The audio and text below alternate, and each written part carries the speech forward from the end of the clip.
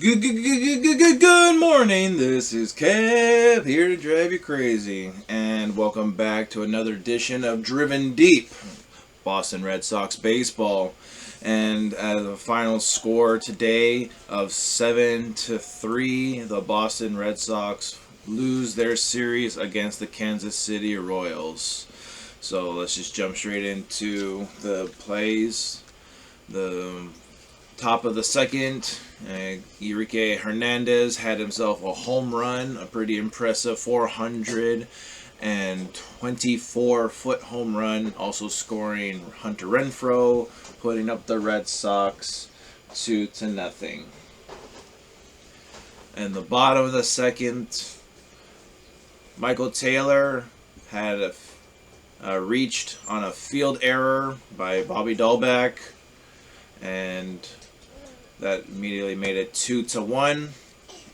In the bottom of the third, Salvador Perez had a single, allowing Merrifield to score and making it 2-2. And then Gerard Dyson had a double, allowing two to score for that one, putting up Kansas City 4-2. In the bottom of the sixth, we had Merrifield having a two-run home run, putting up the Royals 6-2, and immediately Dozier having a single right after that, allowing Carlos Santana to score, making it 7-2. And only in the top of the eighth was another solo home run from Rafael Devers that made the final score 7-3. Red Sox had 11 hits with one error. Kansas City Royals had 15 hits and one error as well.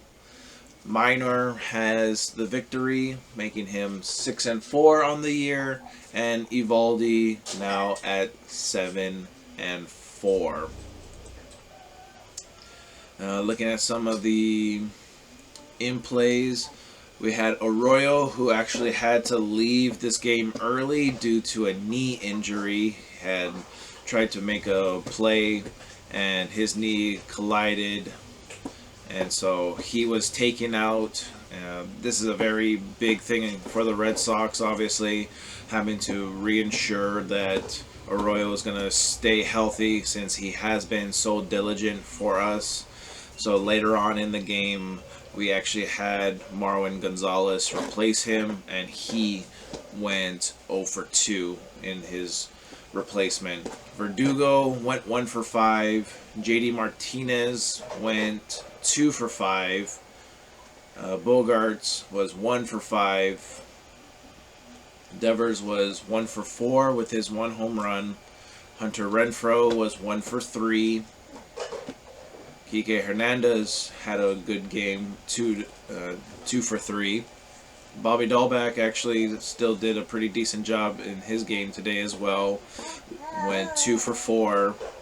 And then Pelwecki, who was actually the other person who got injured in this game, was 0 for 1 to start, but then came on with a pinch hit. For him was Christian Vasquez, who went 0 for 2 as well. So we'll definitely have to check on the situations for Arroyo and Pelwecki. You know, Christian Vasquez has already been playing quite a few games for us and has been a very, versatile catcher for us, but at the exact same time, he will need some time off as well. Uh-oh. Baby sees my mouse again. We went 1 for 7 with runners in scoring position, and we left 10 on base.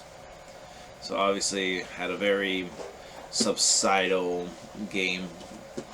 Even though, again, we had 11 hits, it's all about that, right? It's all about who we ended up leaving on base, which was way more than necessary. For the Royal side, Merrifield had a great day, 2 for 5. Santana was 2 for 5. Perez was 2 for 5.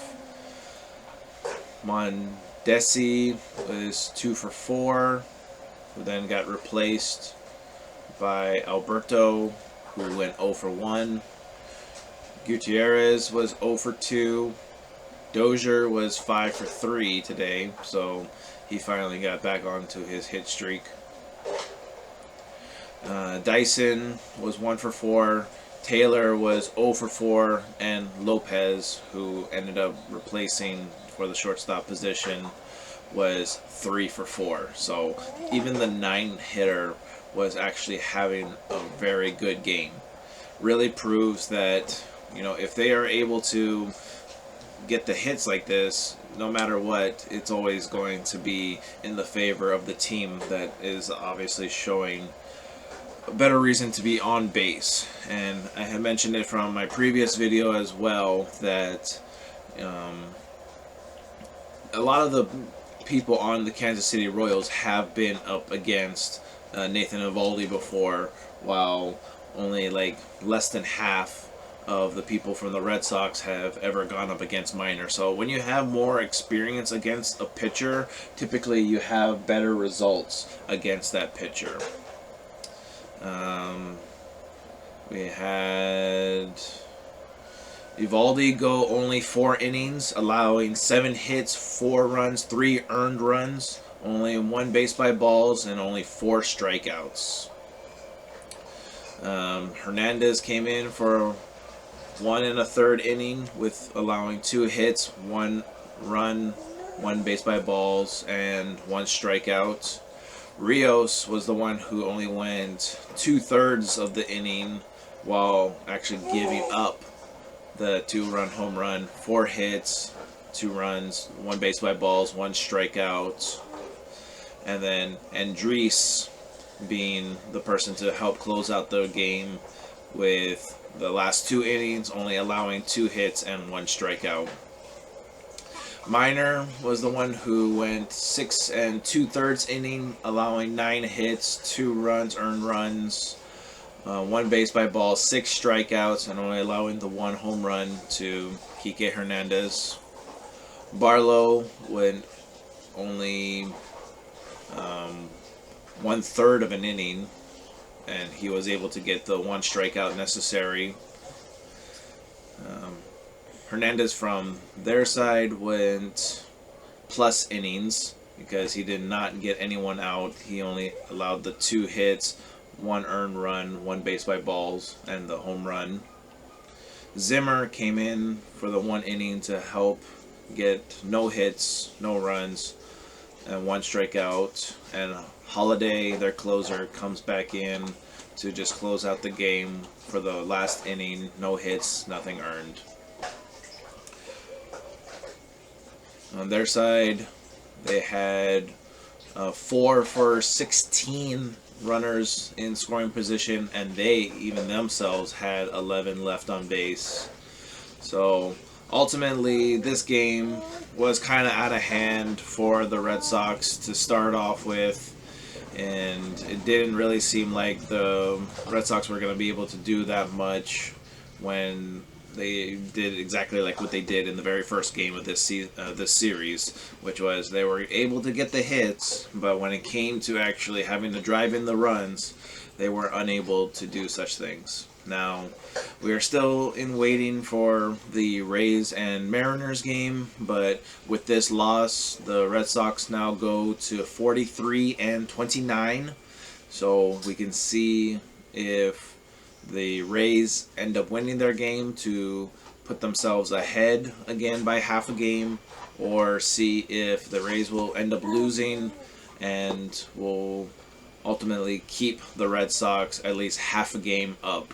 But tomorrow there is the off day for the Red Sox, so there won't be any game to really help try to boost themselves up. But thank you once again for watching my video. If you liked what I had to share, please leave a thumbs up for me. It's much appreciated. Leave any comments down below so that way you can give me some input. And as always, my subscribe button will be right over here. And of course, my name is Cab, and I am here to drive you crazy. Aloha, God bless, and take care.